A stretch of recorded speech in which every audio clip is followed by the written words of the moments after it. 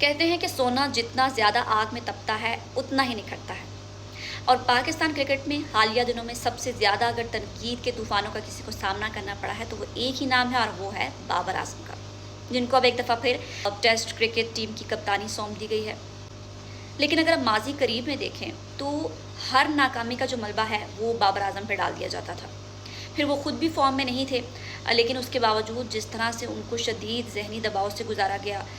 कभी उनका batting order change किया गया, कभी उनको वनडे स्क्वाड से ड्रॉप किया गया, कभी उनको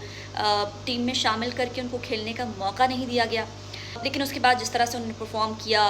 पीएसएल में, और ना सिर्फ बेहतरीन कारकर्दगी दिखाई उन्होंने बल्कि शानदार कप्तानी भी निभाई, यकीनन ये उसी का तसलसल है कि उनको अब एक दफ़ा फिर ये जिम्मेदारी सौंपी गई है। बाबर आजम के करोड़ों फैंस तो इस फैसले से खुश हैं ही हैं, लेकिन यहाँ पर कुछ सवाल भी पैदा होते हैं कि क्या बाबर आजम ये जिम्मेदारी संभालने के बाद एक दफ़ा फिर तो उसी फेज़ में नहीं चले जाएंगे, या उनकी जो अपनी परफॉर्मेंस है, अपनी बैटिंग जो है, उस पर तो कोई फ़र्क नहीं पड़ेगा। पीसीबी के लिए बहुत बड़े सवाल हैं कि ये फ़ैसला क्यों किया गया, क्योंकि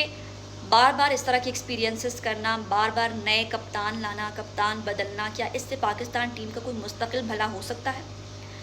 और अगर बाबर आजम की बात करें, Babar Azam as a test captain बड़ा अच्छी उनकी परफॉर्मेंस उनकी रही। उनकी क़यादत में 20 में से तकरीबन 10 मैचेस पाकिस्तानी टीम जीती थी और इस दौरान उनकी अपनी परफॉर्मेंस भी अच्छी रही। तो फिर उस वक्त उनको कप्तानी से क्यों हटाया गया, और अब जब वो दोबारा फॉर्म में आ चुके हैं तो उनको दोबारा से क्यों इस वक्त ये जिम्मेदारी सौंपी गई है? तो क्या पीसीबी अपनी नाकामियाँ छुपाने के लिए बाबर आजम को एक दफ़ा फिर कुर्बानी का बकरा तो नहीं बना रही?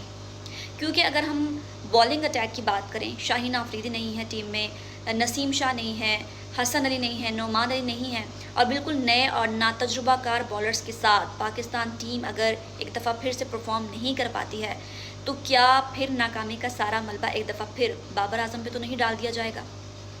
खैर, फैसले जो भी हों, हमारे लिए तो पाकिस्तान क्रिकेट टीम सबसे आगे है। तो दुआ है कि बाबर आजम इस नई इनिंग्स में सुरखरू हों, और पाकिस्तान टीम के लिए बहुत सारी नेक ख्वाहिशात हैं, और दुआ है कि पाकिस्तान टीम एक दफ़ा फिर उरूज की तरफ लौटे।